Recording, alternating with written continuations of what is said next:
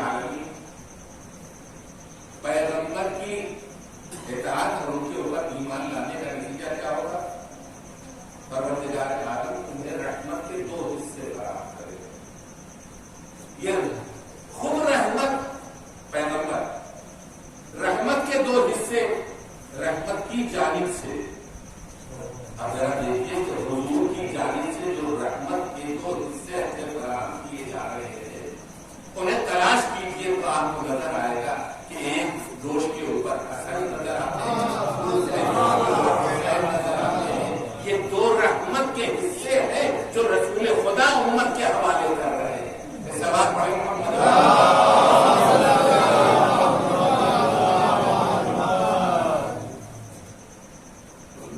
یہیں پر رک کر کے یہ بات عرض کر دینا چاہتا ہوں کہ اگر یہ 2 رحمت کے حصے ہمارے حوالے نہ کیے گئے تو ہمارے پاس کیا ہے؟ ہماری خوبی، یعنی ہماری انانیت. ہم یہ ہیں، ہم وہ ہیں، ہمیں یہ کرنا ہے، ہمیں وہ کرنا ہے، اور ہم یہ فیصلہ کریں گے، اس کے علاوہ کوئی اور فیصلہ کرنے والا نہیں. لیکن جب ایمان پیغمبر کی رسالت کے اوپر آ جائے گا تو اب جو پیغمبر فرمائیں گے ان پر ہم عمل کریں گے. لیکن یہ ہے کہ پیغمبر کو پہچاننا کیسے؟ پیغمبر کو پہچاننا ضروری ہے. آیا پیغمبر تو معمولی انسان ہے؟ کوئی معمولی انسان؟ یہ عالم اسلام میں ایک بہت ہی بری حرکت کی گئی، اور وہ یہ کہ حدیثوں میں، عامہ کی حدیثوں میں، امت اسلامیہ کی حدیثوں میں یہ بتایا گیا ہے کہ حضور بھول بھی کرتے ہیں. حضور کے اوپر شیطان مسلط بھی ہو سکتا ہے، اور شیطان نہ صرف یہ کہ مسلط ہو سکتا ہے بلکہ حضور کے اوپر جو وحی نازل ہو رہی ہے وہ وحی کا سلسلہ کٹ جائے گا اور 3 آیتیں شیطان اپنی طرف سے نازل کرتے ہیں. قرآن مجید میں 3 آیتیں شیطان کی طرف سے کہاں ہے؟ سورہ ستہ میں. کیوں ایسا ہوا؟ یہ اس لیے ہوا کہ غدیری معصوم کو نہیں ماننا. غدیری معصوم کو نہیں ماننا ہے، اس لیے کہ وہ اگر اپنی راہ پر چلائے گا تو وہ اس کی راہ نہیں ہوگی، حضور کی بتائی ہوئی راہ ہوگی. یعنی رسول کی راہ کے اوپر چلائے گا وہ غدیری حجت خدا اور رہبر. جب حضور کی راہ کے اوپر چلائے گا، حضور معصوم ہے، اور جب حضور معصوم ہے تو ان کی راہ سے بھٹکنے کا امکان ہی نہیں ہے. اور جب نہیں امکان ہے تو وہ جسے اپنا جانشین بنا دے اس میں بھی یہ پائی جائے گی کہ وہ راہ سے نہیں بھٹکنے دے گا. پھر کیا کرے گا؟ جب وہ راہ سے نہیں بھٹکنے دے گا تو پھر ہماری ہدایت کا سلسلہ صبح قیامت تک جاری رہے گا.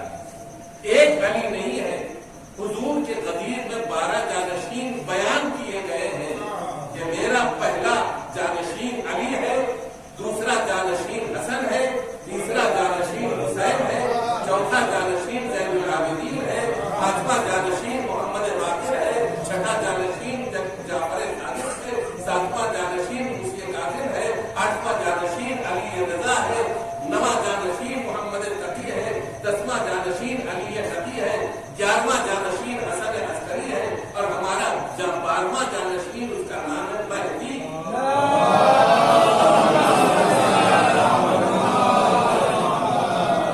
تو اب ہدایت جو ہے کوئی بھی آدمی منمانی زندگی بسر نہیں کرتا.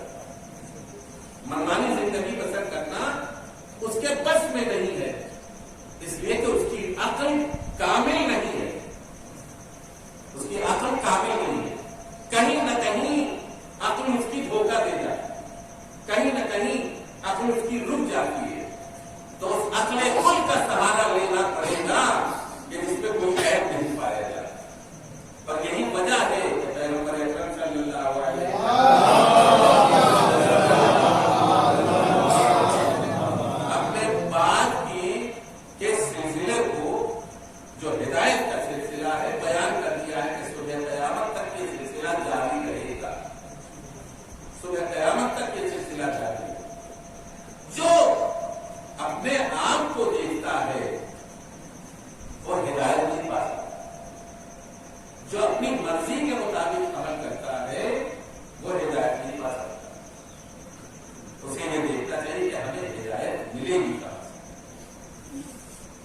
ایک تاجر جو ہے وہ اپنے گھوڑے کے اوپر سوار تھا، گھوڑے کے اوپر سوار تھا،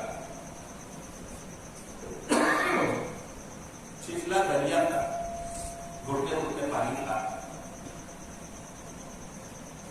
وہ گھوڑ سوار جو ہے وہ آسانی سے گزر سکتا تھا، لیکن جیسے ہی دریا کے کنارے آیا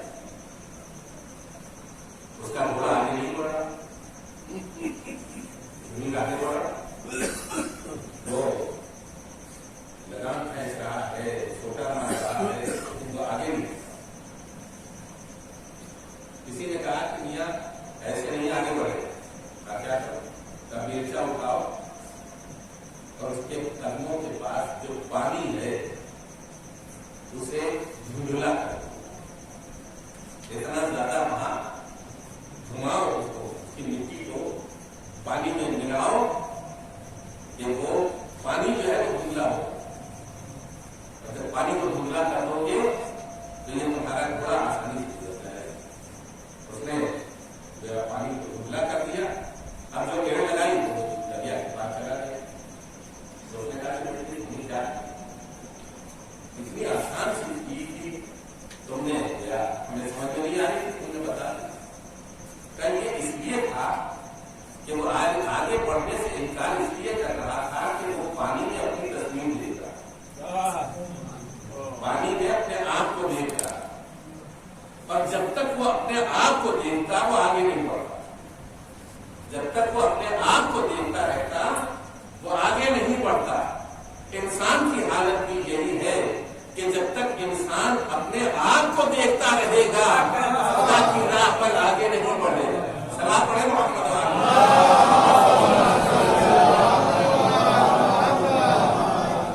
سے بہتر اللہ کی سلام پڑھیں۔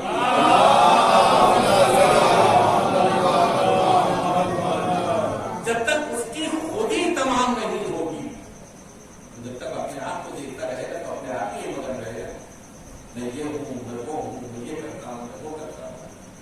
لیکن اگر اس نے اپنے آپ کو گم کر دیا، اپنے آپ کو گم کر دیا اور اپنے سے بہتر کی تلاش میں نکلا، اپنے سے بہتر کی تلاش میں نکلا تو نتیجہ کیا ہوگا؟ وہ اس بہتر کے گائیڈنس میں صحیح راہ کے اوپر چلنا شروع کر دے۔ یہی وجہ ہے کہ پروردگار عالم نے ہمیں اپنے حوالے نہیں کیا کہ تم جو چاہو کرو، جیسی چاہو زندگی میں کرو۔ ایک کتاب بھیجی، ایک رہبر بھیجا، اور ایک اس کے 12 جانشین بھیجے۔ کتاب قرآن مجید ہے، وہاں سے تم اپنی زندگی کے لیے لا اینڈ آرڈر جو اس کے اندر لکھے گئے ہیں انہیں حاصل کرو۔ کس کی گائیڈنس میں حاصل کرو اس لیے کہ تمہیں ممکن ہے تمہاری زبان کا مسئلہ ہو، تمہارے ملک کا مسئلہ ہو، اس سے گائیڈنس حاصل کرو جو یہ سمجھتا ہو، جو قرآن سمجھتا ہو۔ جو قرآن سمجھے گا وہی تمہیں تمہارا صحیح گائیڈ ہوگا۔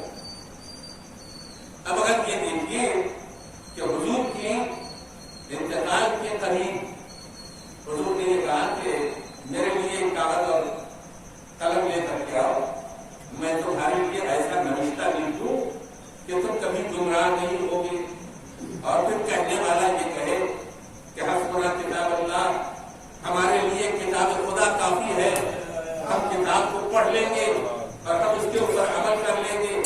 کتاب تو پہلے کی چیز قرآن مجید کی طرف اشارہ کیا جا رہا ہے کہ ہم کتاب سے فیصلہ لے لیں گے، لیکن کتاب کو سمجھنے والا کون ہے، سمجھانے والا کون ہے؟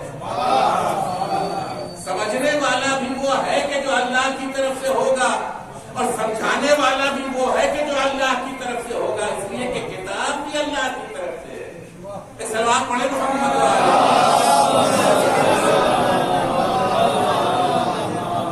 کتاب بھی اللہ کی طرف سے۔ آپ کہاں سے مطلب سمجھیں، آپ کہاں سے مفہوم سمجھیں، اس کے لیے یہ کتاب ثابت ہے، قرآن ناطق لازمی ہے۔ قرآن ناطق کا دامن جب تک نہ تھامیے گا قرآن سمجھ میں نہیں آئے گا، اور جب تک قرآن سمجھ میں نہیں آئے گا آپ مسلمان کیسے رہیں؟ صحیح معنوں میں آپ مسلمان نہیں رہ سکتے، اس لیے کہ آپ کو کتاب الہی کو سمجھنا اور کتاب الہی کو سمجھ کے اپنی زندگی کے لیے، اور آپ کی زندگی 60 سال کی زندگی ہے نہیں، 70 سال کی زندگی ہے نہیں، یہ 60-70 سال کی زندگی اس لیے ہے کہ قرآن کو سمجھا جا سکے، گائیڈ کو، حجت خدا کو، رہبر کو، صحیح رہبر کو سمجھنے کے بعد اس کا دامن تھاما جا سکے۔ 15 سال کی عمر میں آپ کی عقل پختہ کر دی ہے اور آپ سے یہ کہا گیا کہ اب آپ نماز پڑھیے، آپ روزہ رکھیے، اس نماز اور روزے سے کیا حاصل ہوگا؟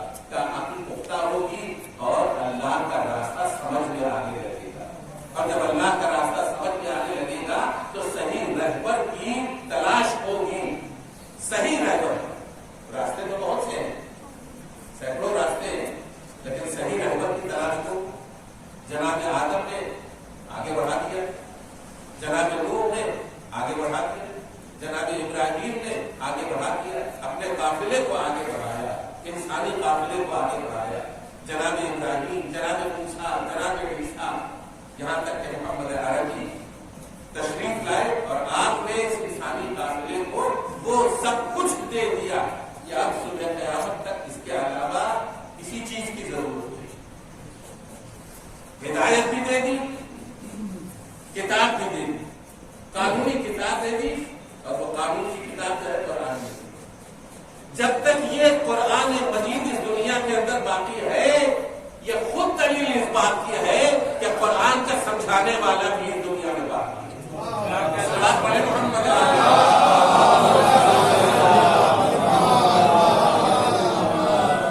قرآن کا سمجھانے والا بھی اس دنیا میں باقی ہے، لہذا ہمیں یہ کوشش کرنی چاہیے کہ ہم اس کی ہدایت کے اوپر عمل کریں کہ جس کو اللہ عالم نے ہمارا حاجی بتایا ہے۔ اس پر غور سے بات کریں۔ زیادہ پھول نہیں دیں گے اس لیے کہ جاؤ کی مجلس ہے اور ماشاء اللہ ہمارے بچے بھی موجود ہیں۔ ہم نے یہی بات سمجھانے کی کوشش کی ہے کہ ہم منمانی زندگی کے لیے یہاں نہیں ہے۔ ہم نے کہا کہ 60-70 سال کی زندگی ہے، 30-60-70 سال کی زندگی ہے، یہ پہچاننے کے لیے ہے کہ ہمیں آگے جانے کے لیے کون سا قانون ضروری ہے اور کون سی رہبری ضروری ہے، کون سا آدمی، کون سا رہبر جو ہمیں اس دنیا سے بھی نکال کر کے آخرت کی منزل تک پہنچائے۔ ہمارا سفر کہاں تھا؟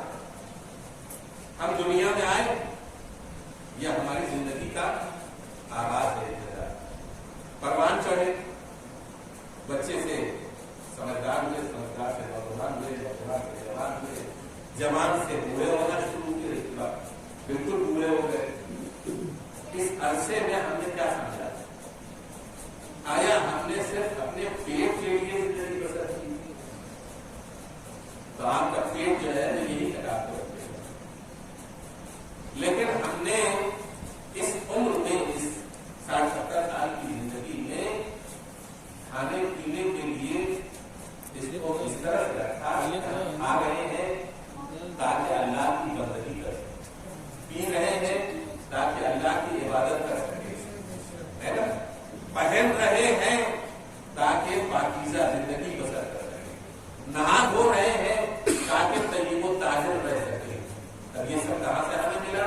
یہ ان حاجیوں سے ملا ہے کہ جو یہ چاہتے ہیں کہ تم نجس زندگی نہ گزارو، پاک و پاکیزہ زندگی، اور جب پاک و پاکیزہ زندگی گزارنے کے لیے تمہیں کہیں تلاش کرنا ہو کہ کون وہ لوگ ہیں کہ جو ہمیں پاک و پاکیزہ زندگی گزارنے کے لیے ہدایت کرنے والے ہیں، تو آؤ پیغمبر اسلام کی بس میں وہ تمہیں دکھائیں گے کہ ایک چادر ہے کہ جس کے اندر رسول خدا تشریف رکھتے ہیں، امیر المومنین تشریف رکھتے ہیں، جناب فاطمہ تشریف رکھتی ہے، امام حسن تشریف رکھتے ہیں، امام حسین تشریف رکھتے ہیں، اور پروردگار عالم جبرائیل کے ذریعے یہ پیغام کہلا رہا ہے کہ انما یرید اللہ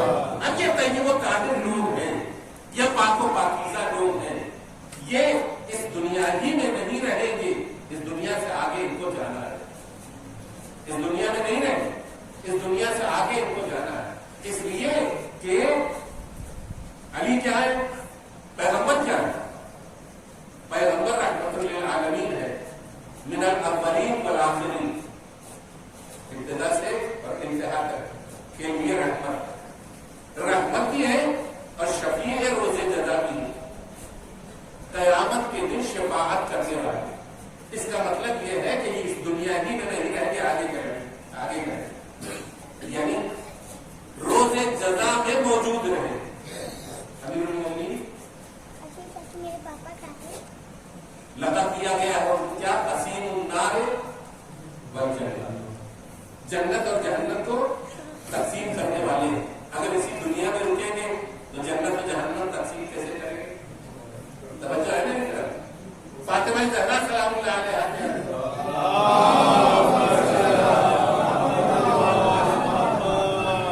سیدۃ نساء اہل الجنہ یا سیدۃ نساء العالمین. تو اس کا مطلب کیا ہے؟ جنت کی خواتین کی سردار ہے. تو اب یہ اسی دنیا کے اندر نہیں رہے, یہاں سے انہیں گزرنا ہے اور گزر کے اس منزل کے اوپر پہنچنا ہے کہ جہاں جنت میں ان کا داخلہ ہوگا. اب یہ کون سی ہے؟ یہ شہزادی ہے جنت کی, سردار ہے جنت کی عورتوں. امام حسن اور امام حسین کیا ہے؟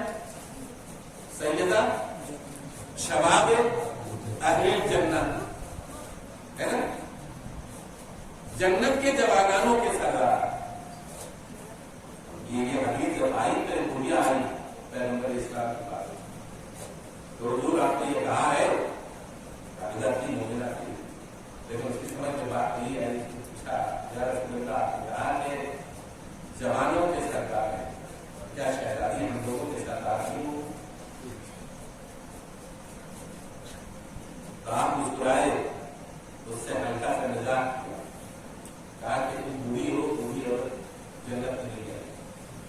اب وہ کنارے بیٹھ کے وہ قرآن کہہ دیا کہ بوڑھے ہو, بوڑھے جنت میں نہیں جائیں گے, ہم بوڑھے زیادہ جنت میں جائیں. جناب ابوذر نے یہ قوم تھا تو آئے اور حضور سے یہ کہا کہ یا رسول اللہ وہ چیز ہو رہی ہے کہ ہم تو بوڑھے ہیں, جنت میں نہیں جا سکتے. رسول خدا نے اس کو بلایا جاتا ہے, جنت میں جانے والوں کی شان یہ ہوگی کہ دنیا میں جو انہیں بڑھاپا ملا ہے تو پھر جوانی میں تبدیل ہوگا.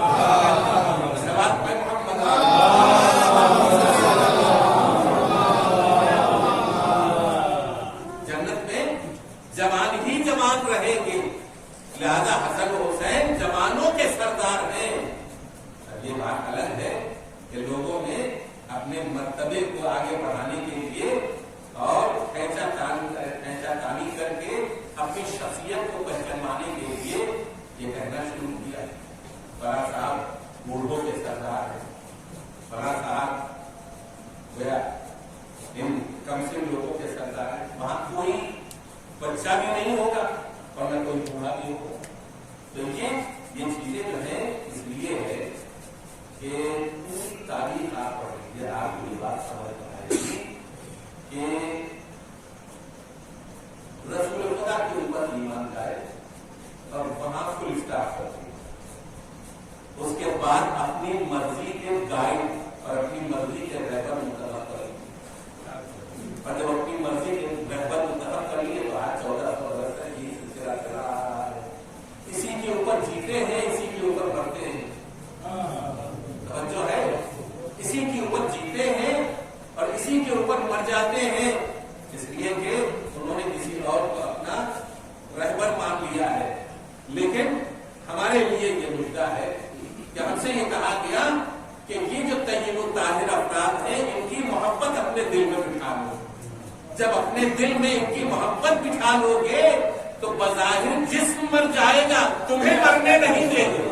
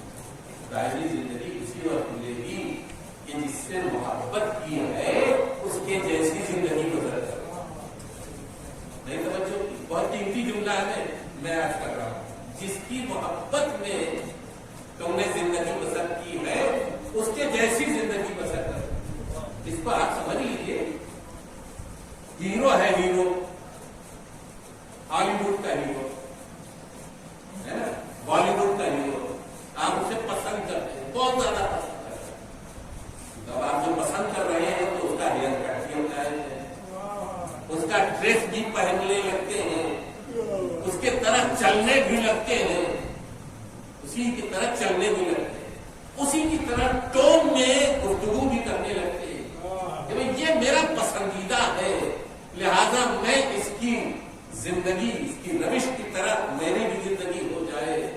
تو اب اگر ایک معمولی سا ہیرو جو چند برس کے لیے ہمارے ذہن کے اوپر سوار ہوتا ہے، ہم اس کے نقش قدم پر چلنے کی کوشش کرتے ہیں کہ جو وہ ہیرو کہ جسے پروردگار عالم نے ہمارا رہبر بنایا ہے، ہماری دنیا کا بھی ہماری آخرت کا بھی، اگر ہم اس کے نقش قدم پر چلیں گے تو وہ دنیا ہی میں نہیں مار کے رکھے گا بلکہ آخرت تک پہنچا کے رہے گا اور جنت میں داخل کر کے رہے گا۔ صلوات پڑھیں۔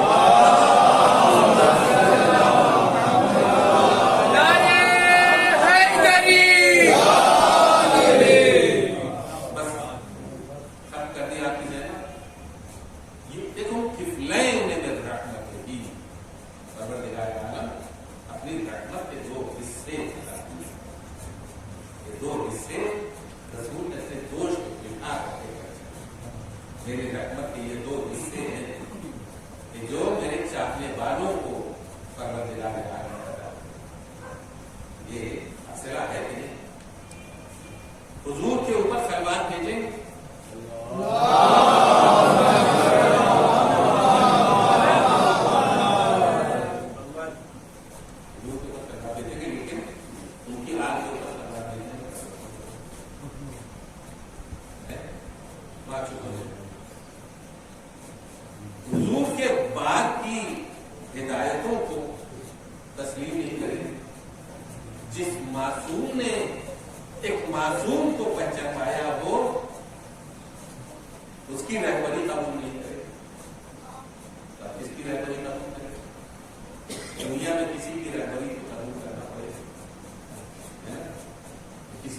کسی کی بھی حکومت میں تو رہنا ہی پڑے گا۔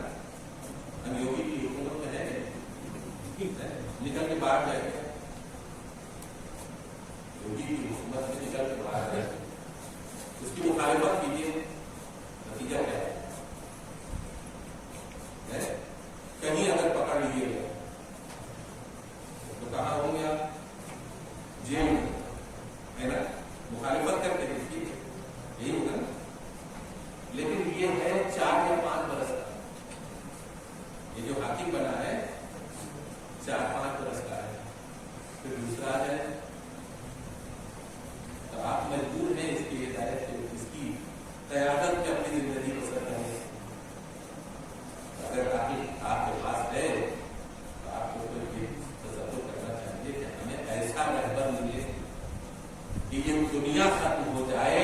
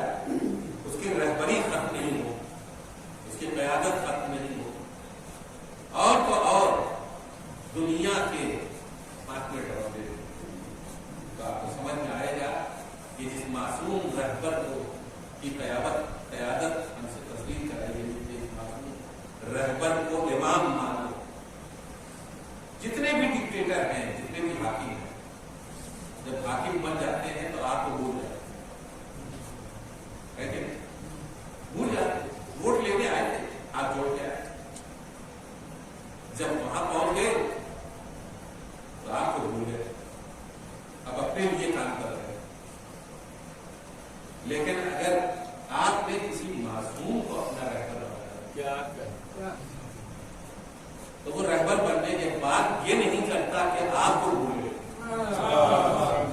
یہ نہیں کرتا کہ آپ کو بھولے، وہ ہر نماز کے بعد آپ کے لیے دعا کرتا ہے۔ زمانہ کی ایک حدیث ہے،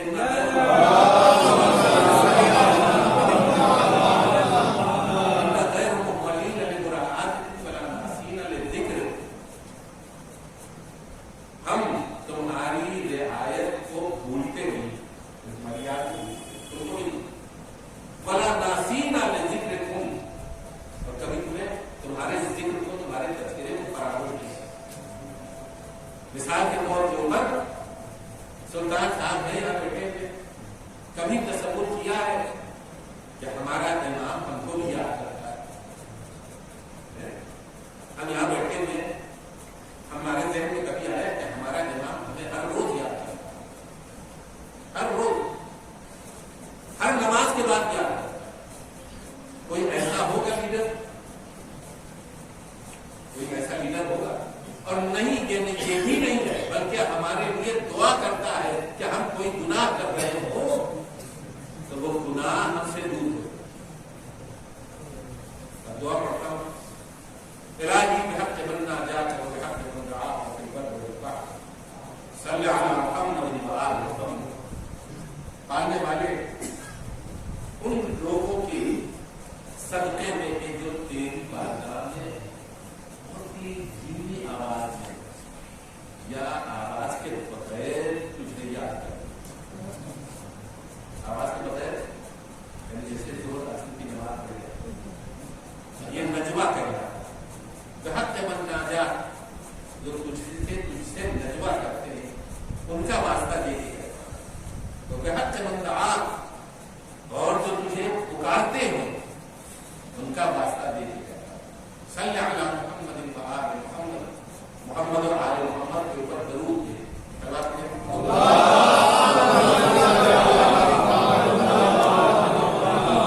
یہ دعا سنو، تفضل علی فقراء المؤمنین والمؤمنات بالبناء والثر، پالنے والے اپنا فضل نازل کر ان فقیروں کے اوپر،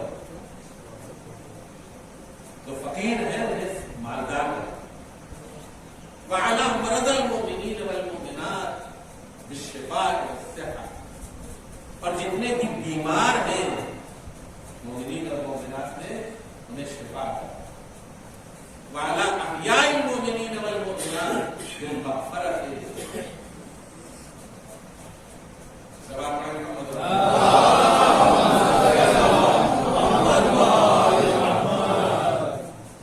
جو زندہ ہیں انہیں طول عمر رکھا، اور جو وعلی اموات المؤمنین والمؤمنات بالمغفرة والرحمة، اور جو مر گئے ہیں مومنین اور مومنات میں انہیں بخش دے اور ان کی مغفرت کر۔ یہ کون کہہ رہا ہے؟ ہمارا اور آپ کا امام زمانہ آخری رہبر، سلام علیہ محمد۔